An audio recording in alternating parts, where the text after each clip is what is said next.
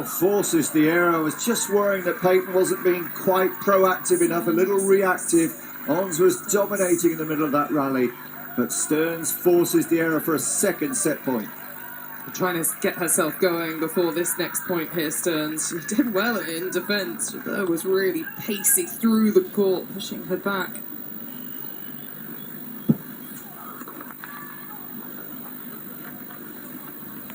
.46% of second set points on second serve points. Went big, went for the winner and nailed it. Peyton Stearns wins a set in which Ons Jabeur had served for it at 5-4. Great comeback from the American, and you have to say she probably just about deserved that opening set, and she takes it with the tiebreak 7-6.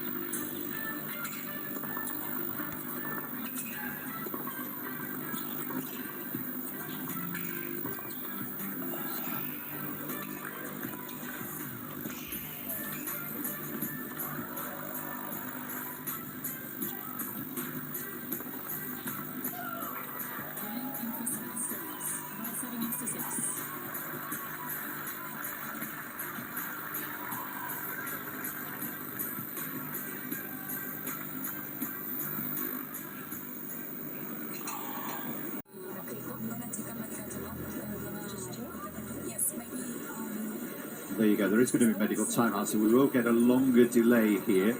We were told that it was a problem with the knee, but it looked also as though it was a little bit upper leg. Oh, now. She knows what she wants out there, doesn't she? It seems like the physio wanted to tape it because there's been some long-standing issue with that knee, and then asking her to lay down, and she doesn't want to lay down, she wants to sit on the chair. So you reckon she's just going to get taped up? I think she was just asking for release work in the quad area.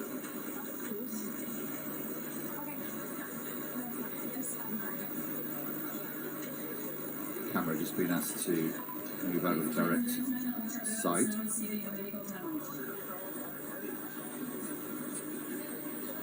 Ons has chosen to be treated at the chair. And obviously it's a worry. We know exactly what has happened over the last couple of years now for Ons Jabeur.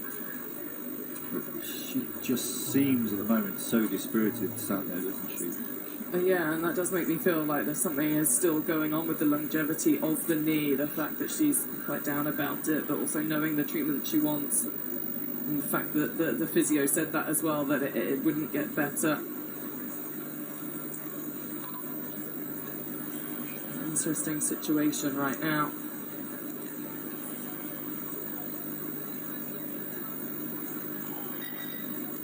Yeah, we all fear for Ons Jabeur here. For newcomers wondering, Ons Jabeur lost that first set on the tie-break, and she was serving for the set at 5-4, and it went to 3 deuces in that 10th game.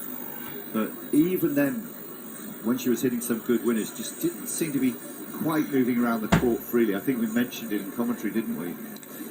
Yeah, maybe a step too slow, but overall still getting to the corners because they've been playing with quite a pacey time out there. Peyton hits big shots side to side, so she's had to be moving out there. I think physically it was a very demanding first set for both players, and we said whoever wasn't going to come out on top, it would be quite despondent going into the second set because you feel like you've got at least another 2 hours of work if you're going to make it through to the next round, so that can always be quite difficult to take. Just looking at her now, body language, she looks really despondent. She doesn't look like someone who thinks, I'm going to get through this, I'm going to get back out there, I'm going to win this second set. Everything can change with a couple of winning shots, of course, but Yeah, and you have to be careful and as an opponent not to look too much and just focus on yourself, try and keep the energy that you've got already, because Jabeur could become dangerous as well. She could come out and think I've got to play super aggressive, keep the point short and swing freely. So are you just, for Stearns, she has to just stay in her own mindset and just be ready. I worry whether we're even going to resume this match, to be honest, Mel. The body language, the grimacing on her face, the shaking of her head. Still got one match to come this evening, of course. I mean, I'm going to see Anne against Mira Andreeva. Now, is she going to be okay? We do hope so.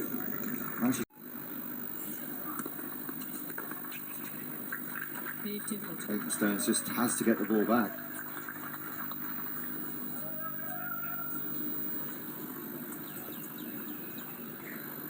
Those palms from Team Jabeur, they just don't know what's coming next.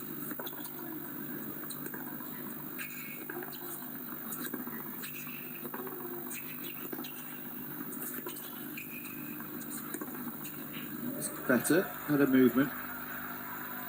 It was all in the centre third of the court, though, wasn't it? Stearns is just a little unsure right now, trying to just keep the ball in the court and hope that Jabeur misses and maybe makes the decision to go off court, and needs to make sure she still pushes into those corners.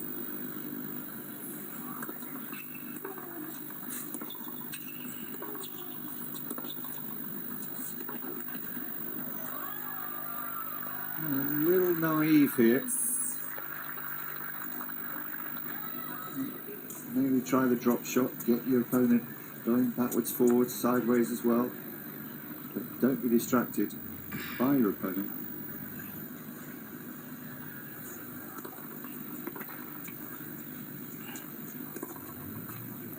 As I said, just a couple of winners can make a real difference to how you feel.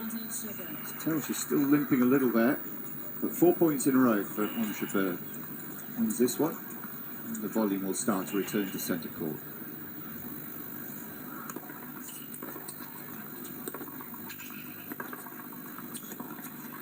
As soon as she moved her then down the line, things looked brutal again.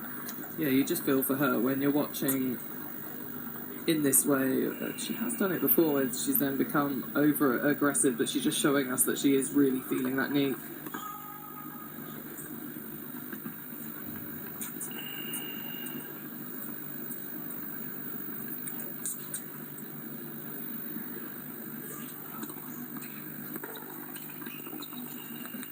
Oh, how did she manufacture that from there?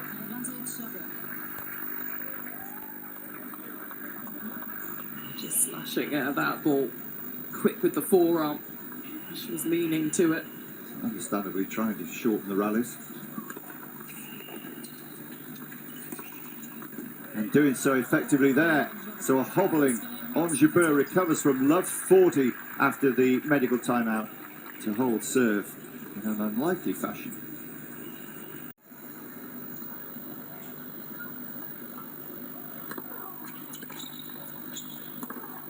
A comprehensive and fairly easy service game because of the lack of mobility of Jabeur.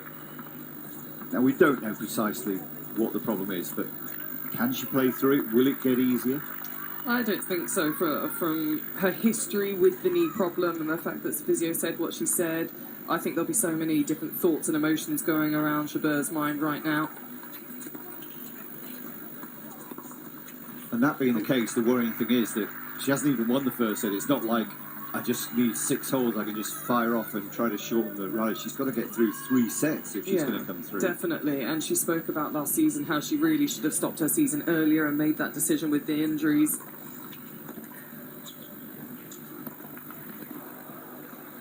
And that again comes from the lack of mobility, balance, the compensation. You know what it's like, you've got an injury of one leg, overcompensating. And it's the thoughts in your mind. It takes away the clarity of when you're playing. The focus just goes away.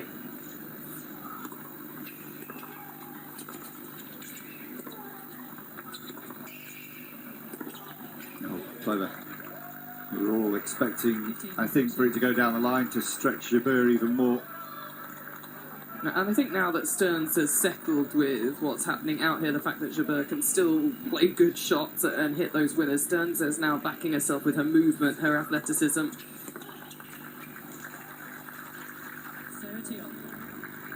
She can hold serve again, and it's almost like a boxer, isn't it? Being pummeled, taking a lot of treatment in a round, and you're looking at your watch and thinking 30 seconds to get back into the corner. She needs to get back to the safety of those seats with serve intact here, and then just maybe a little more respite, maybe a little more help in the 90 seconds. But it's break point. If she is broken, will she continue after that? You can see her just bending the knee at the end of that, not wanting to drive up to the shot. So 3 break points in the first game in this second set, having had the MTO. Very sad state of affairs here.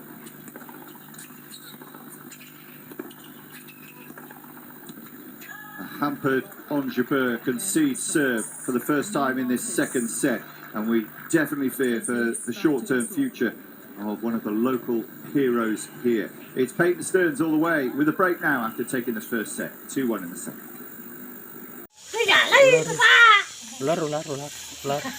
Ular.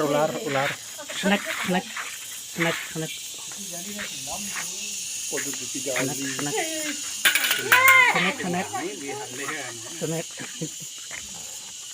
Ular. Orang lain. Apa? Kebat. Ayo di luar.